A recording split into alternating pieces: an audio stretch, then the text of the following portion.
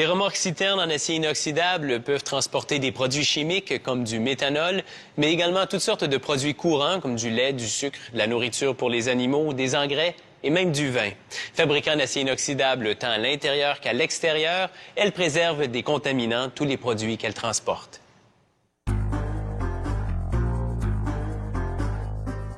Les remorques citernes en acier inoxydable transportent jusqu'à 45 000 litres de produits.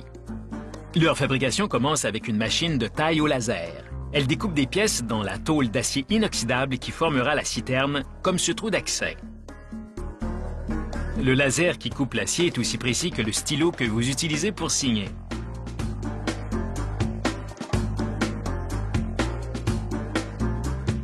Les plus grosses pièces de la citerne sont ensuite fabriquées en plaçant 2 tôles d'acier inoxydable dans une machine à souder par recouvrement au plasma.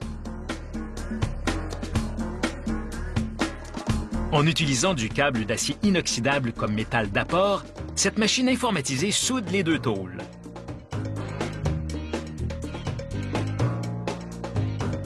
Un ouvrier utilise ensuite une ponceuse à bande reliée à un rail pour égaliser le joint et en faire une ligne droite.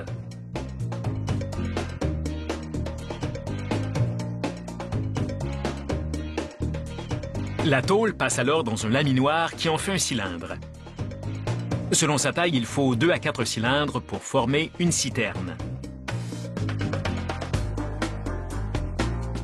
Entre-temps, une machine de forgeage par laminage circulaire façonne des anneaux qui renforceront les cylindres et leur permettront de maintenir leur forme arrondi.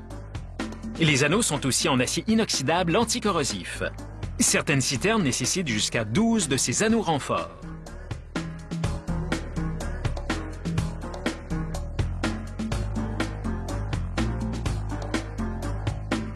Un ouvrier soude maintenant les anneaux renforts à la citerne en prenant régulièrement le temps d'inspecter la soudure.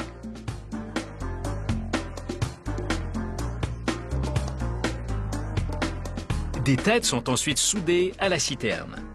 En raison de la chaleur, le fait de souder des pièces à l'extérieur de la citerne provoque une décoloration de l'acier à l'intérieur. Un ouvrier polit donc l'acier inoxydable à l'intérieur pour donner à l'ensemble un fini propre et lustré.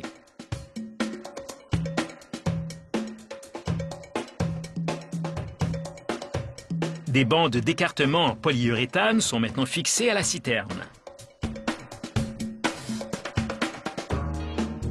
Elles délimitent les sections nécessaires pour recouvrir la citerne d'isolant en fibre de verre. Celui-ci permettra de garder le produit transporté chaud ou froid. Les ouvriers recouvrent ensuite la citerne de minces sections d'acier inoxydable afin de protéger l'isolant. Cet acier est brillant uniquement pour des raisons esthétiques. Les sections sont maintenues en place temporairement à l'aide de courroies de cuir. Les ouvriers les ajustent correctement puis soudent chacune d'entre elles au cadre de la citerne.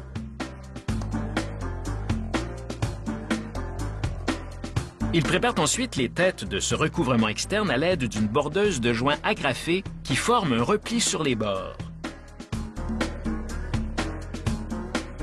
Le repli des têtes est ajusté dans la rainure du recouvrement, puis le tout est gaufré à l'aide d'un marteau.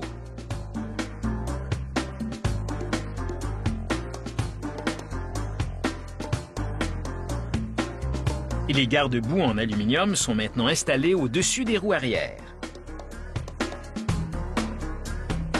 Une échelle à tube en acier inoxydable est mise en place. Elle permettra d'accéder au trou au haut de la citerne par où elle sera remplie.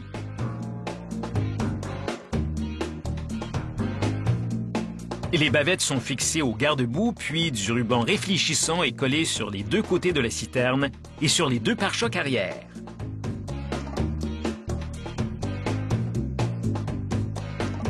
Les feux d'arrêt et les feux arrière sont installés dans un caisson lumineux à l'arrière de la remorque.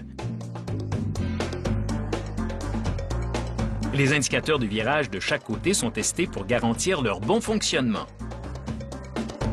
Et finalement, tous les branchements servant à faire fonctionner le véhicule sont inspectés.